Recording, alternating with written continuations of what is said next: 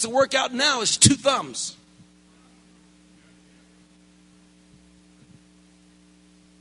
They talk about the increase of type 2 diabetes.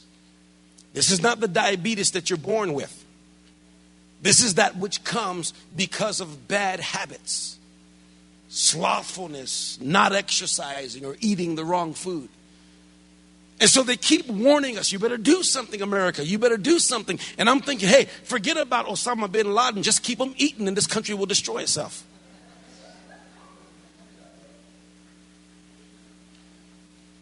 The other story that keeps repeating itself in the news is about the debt crisis, the amount of people that are in debt in this country, from the government, federal government, state government, to individual household. We are a debtor nation, and if somebody doesn't do anything, we're going down. And they talk about the thousands and thousands of dollars per household, personal debt. They talk about college students. They're already $25,000, $30,000 in debt. They haven't even finished college yet. They talk about credit cards. They talk about catalogs. They talk about online purchasing. And they just keep going on. People are so much in debt, buying cars they can't afford, buying houses they can't afford. And it just keeps going on. We're in the midst of an economic crisis because of it. And folks, these stories keep repeating themselves. And the third one is a story about all of the sexual crimes.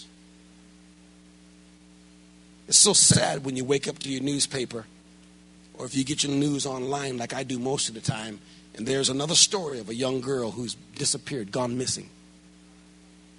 8-year-old kid walking home from school, disappeared, never to be seen again. Little boy walking home from the shop, mom sent him to get some bread, never made it home. Snatched, kidnapped, and now we're hearing then their bones turned up 3 months later in a marshland over here in some field 3 miles away. And you keep reading it now to the point that the people in this country are almost numb to it. But I'm going to say something to you. All 3 of those stories have one thing in common. Think about it. Obesity crisis, debt crisis, and sexual crimes.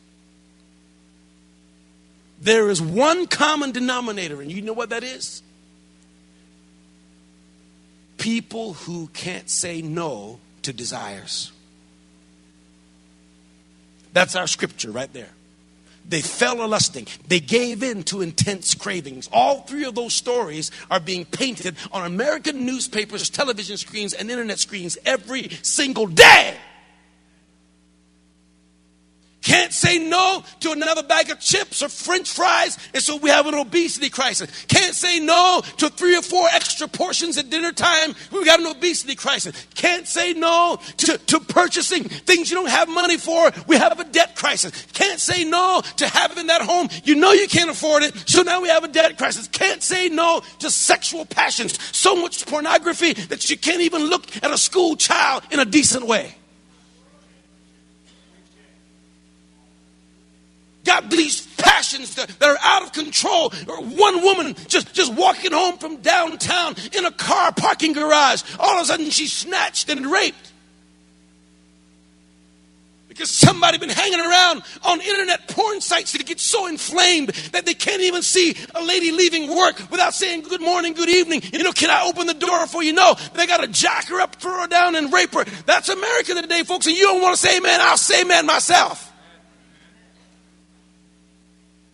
And those 3 stories represent what God is warning about in that text about Kirbroth Hatava. He said, I'll tell you why there's a Kirbroth Hatava. He said, because these are people who yielded to passions, yielded to desires, yielded to cravings. Look at me, saints. They could not say no to themselves.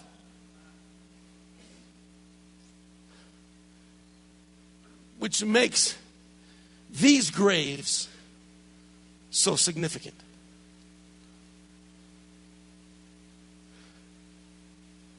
To turn down a job making $50,000, $60,000, $70,000 a year to go to Iran or Iraq.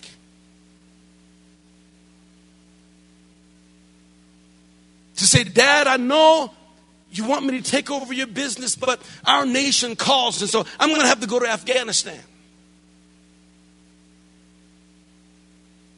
When a man would love to spend evening after evening with his beautiful wife and his kids. But he says, honey, I'm going to have to leave you here for a year, for 18 months, because our country calls. Listen, you can mock that if you want to, like so many politicians do. But folks, this is honor.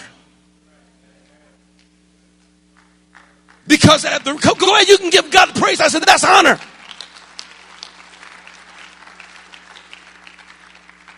Because these are people who inherently have learned that there's something worth dying for. And they've learned to say no to their self and yes to a higher call.